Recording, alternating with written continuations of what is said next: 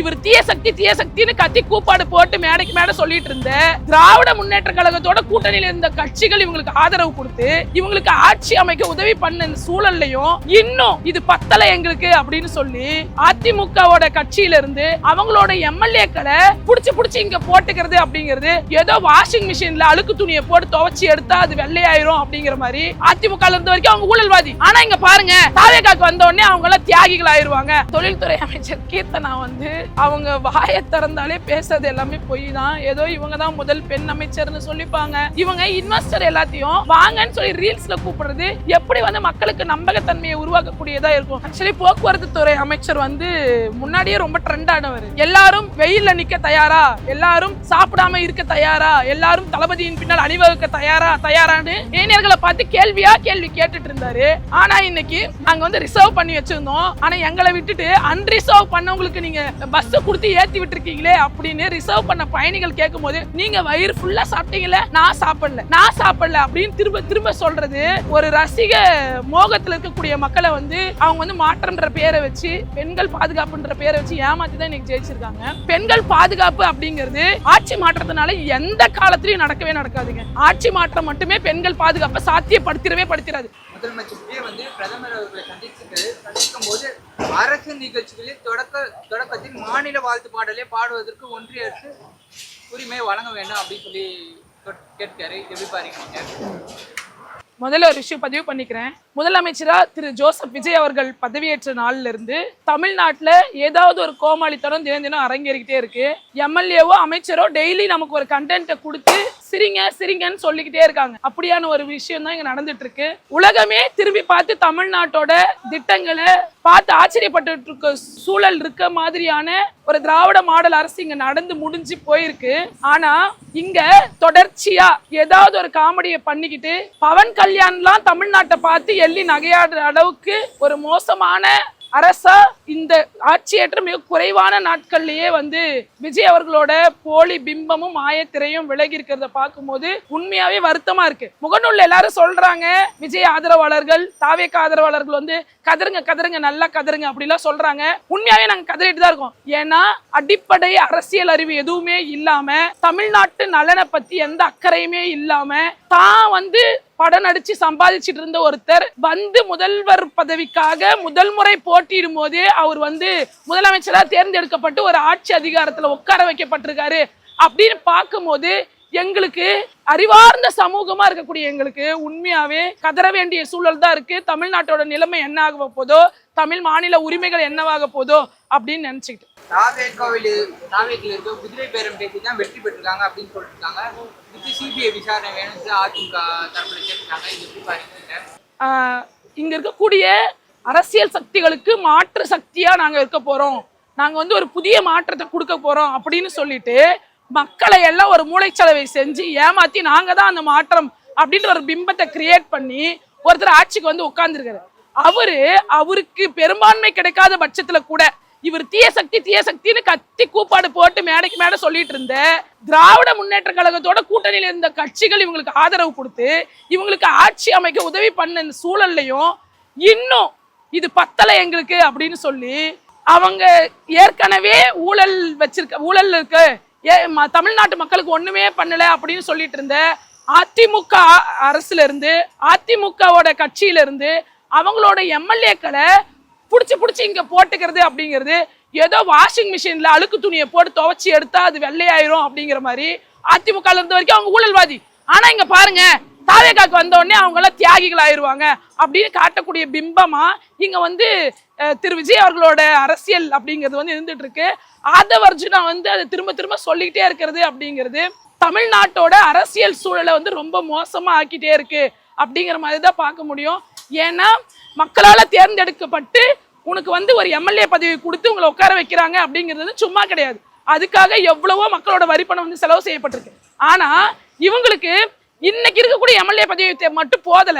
இவங்க ஆட்சி அதிகாரத்துல உட்காரணும்னு சொல்லிட்டு யாரு நல்லா இப்ப சப்போர்ட்டிவா இருக்காங்க, யார் கூட போய் நின்னா நம்ம எல்லாரும் சம்பாதிக்க முடியும் அப்படின்னு பார்த்து ஒரு கட்சிக்கு போய் சேர்றாங்க அப்படிங்கிறது தமிழ்நாட்டு அரசியல் சூழலையே ரொம்ப கேள்விக்குறியாக்கக்கூடிய ஒரு படு மோசமான விஷயம். இதுல குதிரை பேரம் நடந்திருக்கு அப்படிங்கிற விஷயம் ரொம்ப ரொம்ப ரொம்ப மோசமான ஒரு விஷயம். இதுக்கு கட்டாயமா சிபிஐ வந்து நடவடிக்கை வந்து தேவைதான் அப்படின்றது தான் எங்களோட கருத்தும் கூட. பிரதமர் அவங்களை சந்திச்சுட்டு வந்ததுக்கு விஜய் அவர்கள் பிரஸ் மீட் பத்திரிகையாளர் கேட்டிருக்காங்க, அதை கொடுக்காம கையெழுத்து கொண்டு போறாரு, ஒரு முறை கூட பிரஸ் மீட் கொடுக்காத போறாரு. இந்த செயல் எப்படி பாருங்க? விஜய் அவர்கள் வந்து எப்பவுமே ஒரு கண்டென்ட்டை வந்து யாராவது எழுதி கொடுத்துட்டாங்கன்னா அதை மனப்பாடம் பண்ணி கேமராக்கள் முன்னாடி ஆக்டிங் பண்ணி நடிச்சு காட்டக்கூடிய விஷயங்கள் வந்து ரொம்ப நல்லாவே பண்ணுவாரு. நான் வந்து விஜய் ரசிகையும் கூட, அதனால இது எனக்கு வந்து நல்லாவே தெரியும் அவரோட ஆக்டிங் எப்படி இருக்கும் அப்படிங்கிறது. ஆனா என்ன பண்ண முடியும், நம்ம லைவா வந்து கேமராவை பார்த்து அவங்க கேட்கக்கூடிய கேள்விகளுக்கு பதில் சொல்ற அளவுக்கு அவருக்கு அரசியல் அறிவு இல்லாத காரணத்தினாலேயோ இல்ல அவருக்கு வந்து எழுதி கொடுக்கறது அந்த இடத்துல ஆள் இல்லை அப்படிங்கிற காரணத்தினாலே என்னமோ தெரியல, பிரஸ்ஸை இது வரைக்கும் விஜய் அவர்கள் வந்து சந்திக்கவே இல்லை. தனக்கு ஓட்டு அளிச்சு மக்கள் வந்து தன்னை முதல்வராக ஆக்கியிருக்காங்க அப்படின்றப்போ அந்த மக்களுக்கு இதுவரை ஒரு நன்றி கூட தெரிவிக்கிறதுக்கு கூட பிரஸ் அவர் மீட் பண்ண கிடையாது. அப்படியான ஒரு மோசமான சூழல் தான் இருந்துட்டு இருக்கு தமிழ்நாட்டில். இது வரைக்கும் ஆட்சியில் இருந்த அத்தனை முதல்வர்களும் பிரஸ்ஸை சந்திச்சு அவங்க வந்து அவங்களோட கருத்துக்களை தெரிவிச்சிருக்காங்க. ஆனா பிரதமர் மோடியை சந்திச்சுட்டு வெளியே வந்து கூட தன்னுடைய சந்திப்பு எதை பத்தினது அப்படின்றத கூட சொல்லக்கூடிய தெளிவில்லாத ஒரு முதல்வர் வந்து தமிழ்நாட்டில் இருக்காரு அப்படின்னு நினைக்கும் போது உண்மையாவே வெக்கக்கேடான ஒரு விஷயமா இருக்கு. ஏன்னா தமிழ்நாடு ஒரு அறிவார்ந்த மாநிலம். இங்க ஒரு முதல்வர் பிரஸ் மீட் பண்றதுக்கே பயந்து ஓடி ஒளிறாரு அப்படிங்கறத எப்படி பாக்குறதுன்னு தெரியல. இந்த மக்கள் வந்து அது எப்படி இதை ஏத்துக்கிட்டு இன்னும் அவருக்கு வந்து முட்டு கொடுத்துட்டு இருக்காங்க அப்படிங்கிறது ஒரு புரியாத விஷயமா தான் இருந்துட்டு இருக்கு. நிதியமைச்சர் மரியா வில்சன் வந்து பாத்தீங்கன்னா 2 வாரங்கள வெள்ளை அறிக்கை விடுவோம், அவங்க ஊழல் பட்டியலாம் வெளியிடுவோம் அப்படின்னு சொல்லி பேசியிருக்காரு. ஆர்கே நகர் தொகுதியில் வெற்றி பெற்ற மரியா வில்சன் அவர்கள் வந்து 2 வாரத்துல வெள்ளை அறிக்கை வந்து வெளியிட்டுருவோம் அப்படின்னு சொல்லிட்டு ஏதோ இவங்க தான் முதல்ல வெள்ளை அறிக்கை வெளியிடுற மாதிரி கீர்த்தனா அவர்களும் சொன்னாங்க. தொழில்துறை அமைச்சராக இருக்கக்கூடியவங்க அவங்க வந்து பதவியேற்று முதல்வர் பதவியேற்ற அன்னைக்கே வந்து சொல்றாங்க வெள்ளை அறிக்கையை வந்து முதல்ல நாங்க தான் வெளியே விடுறோம் பாருங்கன்ட்டு. ஆனா அவங்களுக்கு முன்னாடியே ஏடிஎம்கே டிஎம்கே வெள்ளை அறிக்கை வெளியிட்ட வரலாறு கூட அவங்களுக்கு தெரியல. தான் எதை பண்ணாலும் தான் தான் முதல்ல பண்ண போறேன் அப்படின்னு வந்து கேமரா முன்னாடி சீன் போடுறத மட்டும்தான் அவங்க வந்து அவங்களோட ஒரே நோக்கமா வச்சுட்டு இருக்காங்களே ஒழிய மக்களுக்கு சரியான விஷயத்த சொல்லக்கூடியது எதுவுமே அவங்க பண்ணல. அதுலயும் முக்கியமா குறிப்பா மரியா வில்சன் வந்து அடிதடியிலையும் அவங்க சொந்த அண்ணன் வீட்டிலேயே வந்து அவங்க பொண்ணை அடிச்சு பெண்கள் மேல தாக்குதல் நடத்தின வீடியோலாம் நம்ம பார்த்துட்டு இருக்கோம். இவர் வந்து வெள்ளை அறிக்கையை கொடுக்குறேன்னு சொல்றதெல்லாம் ரொம்ப வேடிக்கையான ஒரு விஷயம். ஏன்னா தன் மீது வழக்குகளை வச்சிருக்கிற ஒரு கொலை முயற்சியில் ஈடுபட்டக்கூடிய ஒரு அமைச்சர் தமிழ்நாட்டுக்கு கிடைச்சிருக்காங்க. அவங்க இது வரைக்கும் அவங்க சொன்ன எதையுமே நிறைவேற்றாம இது வரைக்கும் வெள்ளை அறிக்கையை வெளியிடாம காலம் தாழ்த்துறதோ இல்ல இது இப்படி கண்டுக்காம விட்டுட்டு போறதோ ஒன்னும் பெருசா ஐயோ இது அவ்வளோ பெரிய விஷயம் அப்படின்னு நம்ம சொல்லிக்கிறதா இதெல்லாம் அவங்க கிட்ட எதிர்பார்த்துதான். இவங்க இதுதான் பண்ணுவாங்க, மக்களை ஏமாற்றக்கூடிய விஷயத்தான் இனிமேலும் பண்ண போறாங்க. தொழில்துறை அமைச்சர் வந்து பாத்தீங்கன்னா இன்வெஸ்டர் வந்து ரீல்ஸ்ல கூப்பிடுறாங்க, இது எப்படி பாருங்க? தொழில்துறை அமைச்சர் கீர்த்தனா வந்து அவங்க வாயை திறந்தாலே பேசுறது எல்லாமே பொய் தான். ஏதோ இவங்க தான் முதல் பெண் அமைச்சர்னு சொல்லிப்பாங்க. ஆனா ஏற்கனவே திராவிட கட்சிகளுக்கு ஒரு வரலாறு இருக்கு. அவங்க ஏற்கனவே நிறைய பெண் அமைச்சர்களை எல்லாத்தையும் கொடுத்துருக்காங்க தமிழ்நாட்டுக்கு அப்படிங்கிற அடிப்படை புரிதலே அவங்களுக்கு கிடையாது. இவங்க இன்வெஸ்டர் எல்லாத்தையும் வாங்கன்னு சொல்லி ரீல்ஸ்ல கூப்பிடுறது எப்படி வந்து மக்களுக்கு நம்பகத்தன்மையை உருவாக்கக்கூடியதா இருக்கும். இது என்ன 100 ரூபாய் 50 ரூபாய் கொடுத்து நம்ம வந்து வாங்க என் கடையில் இந்த பொருளை வாங்கிக்கோங்கன்னு சொல்லக்கூடிய விஷயமா? ஏங்க கோடி கோடியா கொட்டி ஒரு விஷயத்த பண்ண போறோம் அப்படிங்கிறப்போ அதுக்கு ஏதோ இன்ஸ்டாகிராம் மூலமாவோ யூடியூப் மூலமாவோ வீடியோ போட்டு சம்பாதிக்கிற மாதிரி ரீல்ஸ்ல வந்து அழைப்பு விடுக்கிறதுங்கிறது எப்படி வந்து ஒரு வளர்ச்சிக்கான திட்டமா இருக்கும் அப்படின்றது எங்களுக்கு தெரியல. ஏன்னா இன்னைக்கு தொழிலதிபர்களா இருக்க எல்லாரும் உட்காந்து இன்ஸ்டாகிராம் ரீல்ஸ் உட்காந்து நோட் பண்ணிட்டு பார்த்துக்கிட்டு இருக்கிற போறது கிடையாது. இவங்களுக்கு தான் வேற வேலை இல்லை. மக்களுக்கு வேலை செய்யறதை விட்டுட்டு டெய்லி எங்க போனாலும் பார்த்தீங்கன்னா எங்க பார்த்தாலும் தாவேக எம்எல்ஏவோ இல்லை அமைச்சரோ பார்த்தீங்கன்னா போயிட்டு வீடியோ எடுத்து அது டெய்லி அப்லோட் பண்றாங்க. இவங்க இன்ஸ்டாகிராம்லயும் ட்விட்டர்லேயும் தான் மக்களுக்கானவர்களாக இருக்காங்களே ஒழிய களத்தில் கிடையவே கிடையாது அப்படிங்கிறத இதுலேருந்து தெரிஞ்சுக்கணும்.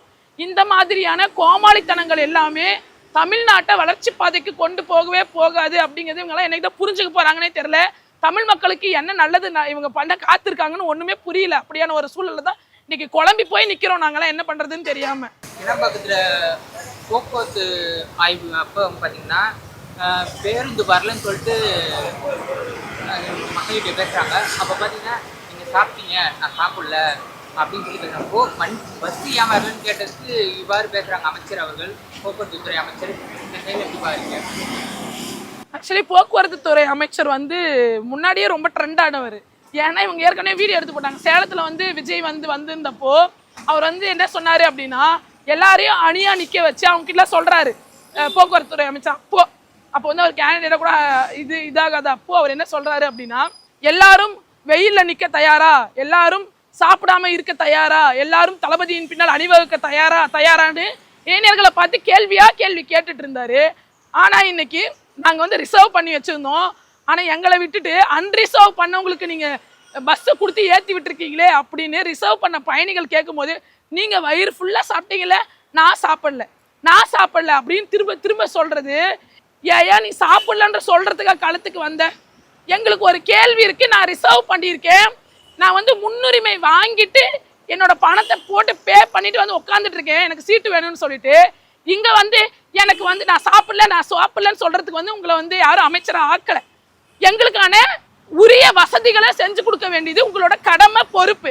ஆனால் இங்கே வந்து எங்ககிட்ட ஐயோ நான் சாப்பிடல நாங்கள் என்ன சாப்பாடை வாங்கி கொடுக்க முடியும் உங்களுக்கு? எனக்கு நீ ஏன் நான் புக் பண்ண சீட்டு எனக்கு அலாட் பண்ணாமல் எனக்கு பஸ்ஸு கொடுக்காம இருக்கேன்னு கேள்வி கேட்டால், நான் சாப்பிடலன்னு சொல்கிறதுக்கு உங்களை யார் அமைச்சராக்குனாங்க? அதுக்கு நீங்கள் பேசாமல் ரிசைன் பண்ணிட்டு வீட்டில் போய் உட்காந்து சாப்பிட்டுட்டே இருக்கலாம் இல்லை 24 மணி நேரமும். அதை விட்டுட்டு இங்கே வந்து நான் சாப்பிடலன்றதுக்கு உங்களை யாருமே அமைச்சராக ஆக்கவே இல்லை. திமுகவோட தோல்விக்கு திமுக பண்ணையார் மனநிலை தான் காரணம் என்ன ஆதவர்ஜுனா சொல்லியிருக்காரு. திமுகவோட தோல்விக்கு வந்து என்ன காரணம் அப்படின்னு பார்த்தா, எனக்கு தெரிஞ்ச வகையில் என்னோட அறிவுக்கு எட்டின வகையில் நான் சொல்கிறேன். என்ன அப்படின்னு பார்த்தீங்க அப்படின்னா, இவங்க மக்கள் வந்து அதிமுக திமுகன்னு மாற்றி பார்த்துட்டு மாற்றம் அப்படின்னு ஒரு விஷயத்தை வந்து சொன்ன உடனே, பெண்களுக்கு பாதுகாப்பு கொடுத்துருவாங்க அப்படின்னு சொன்ன உடனே, இங்கே குடியை வந்து ஒழிச்சிருவாங்க அப்படின்னு சொன்ன உடனே ஓட்டு போட்டு இவங்களை ஜெயிக்க வச்சிடறான். ஏன்னா இங்கே மது இல்லாத தமிழ்நாட்டை இவங்க உருவாக்கிடுவாங்க, இவங்க பெண்கள் பாதுகாப்பில் முன்னாடி வந்துடுவாங்க அப்படின்ற நம்பிக்கையில் தான் இவங்களுக்கு ஓட்டு போட்டாங்க. அதுவுமே எல்லா மக்களும் அவங்களுக்கு ஓட்டு போட்டு அவங்கள வந்து கொண்டு வந்து இங்கே ஆட்சியில் உட்கார வைக்கல. அவங்கள இன்னைக்கு தொங்கு சட்டசபை உருவாகிற மாதிரியான ஒரு சூழலை உருவாக்கியிருக்காங்க. இன்னைக்கு அவங்களுக்கு பெரும்பான்மை கிடைக்காம அல்லோல் படுற அளவுக்கு தான் மக்கள் வந்து அவங்களுக்கு ஓட்டு போட்டிருக்காங்க. அது எதனால அப்படின்னா, மாற்றம்னா என்னன்னே தெரியாத, மாற்றம்னா என்னன்னே புரியாத ஒரு ரசிக மோகத்தில் இருக்கக்கூடிய மக்களை வந்து அவங்க வந்து மாற்றம்ன்ற பேரை வச்சு, பெண்கள் பாதுகாப்புன்ற பேரை வச்சு ஏமாற்றி தான் இன்னைக்கு ஜெயிச்சிருக்காங்க. பெண்கள் பாதுகாப்பு அப்படிங்கிறது ஆட்சி மாற்றத்தினால எந்த காலத்திலையும் நடக்காதுங்க. ஆட்சி மாற்றம் மட்டுமே பெண்கள் பாதுகாப்பை படுத்திடாது. உங்களுக்கெல்லாம் கோபம் கூட வரல, என்னடா ஒரு பொம்பளையா இருந்துக்கிட்டு இந்த பிள்ளை வந்து இப்படி பேசிட்டு இருக்குது அப்படின்னு சொல்லி.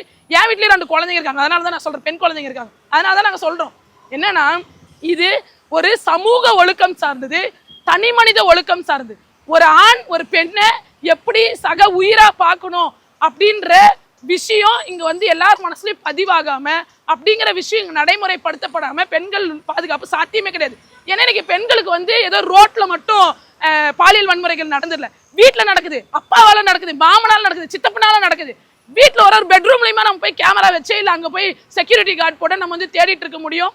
ஆனா இவனுங்க ஏதோ பெண்கள் பாதுகாப்பு வந்து நாங்க வந்த உடனே சாத்தியப்படுத்திடுவோம் பாருங்க அப்படின்னு ஒரு போலி பிம்பத்தை கிரியேட் பண்ணி பெண்கள் பாதுகாப்பு அப்படின்ற ஒரு பேரை மட்டுமே வச்சுதான் ஆட்சிக்கு வந்திருக்கானுங்களே ஒழிய, இதுல வந்து திமுகவோட பண்ணையார் மனநிலையெல்லாம் இல்லை.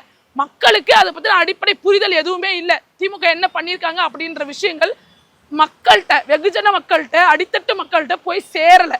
அதனாலதான் மக்களுக்கு வந்து அது புரியல அப்படின்றது தான் என்னோட பார்வையிலேருந்து நான் பார்க்குறேன்.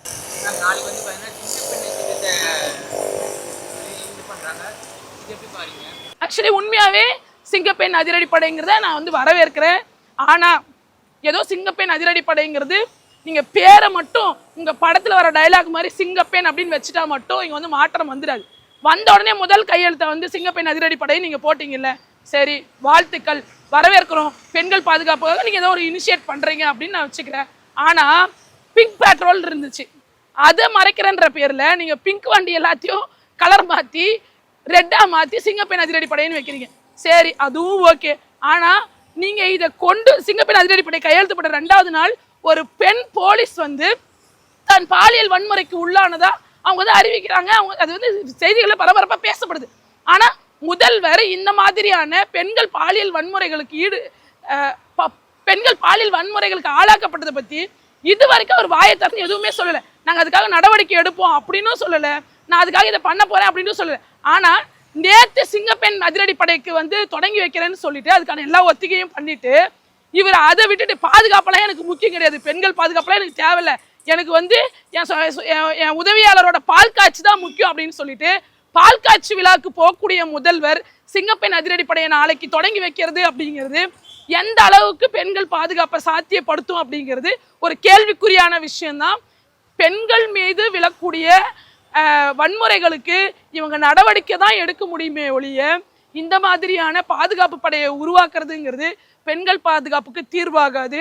அதுக்காக பாலின சமத்துவ கல்வி போன்ற திட்டங்களை வந்து தமிழ்நாட்டில் நடைமுறைப்படுத்தி அதன் மூலமா மனிதனுக்கு மனிதன் சமம் அப்படிங்கிறத பாலின பேதம் இல்லாத ஒரு சமூகத்தை உருவாக்குறது மூலமா மட்டும்தான் பெண்கள் பாதுகாப்பு இங்க வறுமையை ஒழிய பெண்களை வச்சு அதிரடிப்படை உருவாக்குறது மூலமா நடக்கிறதுங்கிறது சாத்தியம் இல்லாத ஒன்று தான். இருந்தாலும் பொறுத்திருந்து தான் பார்க்கணும் இதோட மாற்றம் எப்படியானதா இருக்கு அப்படிங்கிறது. ஒரு மக்களால் தேர்ந்தெடுக்கப்பட்ட முதல்வர், அவர் நமக்கு பிடிச்சிருக்கோ பிடிக்கலையோ அவரு இங்க வெகுஜன மக்களால் தேர்ந்தெடுக்கப்பட்டு இன்னைக்கு தமிழ்நாட்டோட முதல்வரா வந்து கையெழுத்து போட்டு அவரு தான் இன்னைக்கு அந்த சீட்ல உட்கார்ந்துருக்காரு. அப்படி இருக்கக்கூடிய முதல்வர் ஒரு பிரதமரை பார்க்க போறாரு அப்படின்னா இந்த இந்திய ஒன்றியத்தோட பிரதமர் அவருக்கு கொடுத்திருந்த நேரங்கிறது ரொம்ப குறைவு. அது வந்து எப்படி சொல்றதுன்னே தெரியல. அவங்க அந்த அளவுக்கு இழிவாக தான் வந்து ஒரு முதல்வரை நடத்தியிருக்காங்க அப்படிங்கிறது உண்மையாவே மனக்குமுறலை உருவாக்கக்கூடிய விஷயமா தான் இருக்கு. இன்னொன்னு, இவரும் போயிட்டு தமிழ் தாய் வாழ்த்துக்கு அது தமிழ் தாய் வாழ்த்து கூட இல்லை, மாநில வாழ்த்து பாடலுக்கு நீங்க வந்து முதலிடம் கொடுக்கணும் அப்படின்னு சொல்லி அவர் வந்து அவங்க கிட்ட கோரிக்கை வைக்கிறார். இதை நீங்க கோரிக்கை வந்து ஒரு மாசம் கழிச்சு 4 நிகழ்ச்சி நடந்து ஒரு மாசம் கழிச்சு கோரிக்கையை கொடுத்து மக்களுக்கு வந்து நீங்க வந்து நாங்க வந்து பாருங்க நீங்க உங்களோட இதை வந்து நாங்க ஆதரிக்கிறோம், மக்களோட அங்கலாய்ப்புகளுக்கு வந்து நாங்க வந்து முக்கியத்துவம் கொடுக்குறோம் அப்படின்ற பிம்பத்தை வந்து மக்கள்கிட்ட கட்டமைக்காதீங்க. நீங்க அந்த முதல் நிகழ்ச்சியில வந்தே மாதரம் பாடல் பாடும்போது அதற்கு எதிர்ப்பு எவ்வளோ தெரிவிச்சாங்க மக்கள். அந்த சூழல்லையே அடுத்து நடந்த நிகழ்ச்சியில அந்த விஷயம் நடக்கும் போதே நீங்க அதை மறுத்திருக்கணும், அதை தடுத்திருக்கணும். அதை விட்டுட்டு தமிழ்நாட்டில் நடக்கிற நிகழ்ச்சிகளுக்கு போயிட்டு ஒன்றியத்தில் இருக்கக்கூடிய பிரதமர் கிட்ட போய் நீங்க வந்து எங்களுக்கு வந்து இதுக்கான தெளிவுரையை கொடுங்க, இதுக்கு வந்து நீங்க ஒரு ஸ்ட்ரக்சரை கொடுங்கன்னு கேட்கறது தமிழ்நாட்டு உரிமையை கொண்டு போய் எங்கேயோ இருக்கவங்க கிட்ட வந்து அடகு வைக்கிற மாதிரியான ஒரு கேவலமான வேலை தான் அப்படிங்கிறத வந்து பதிவு பண்ணிக்கிறேன். நன்றி.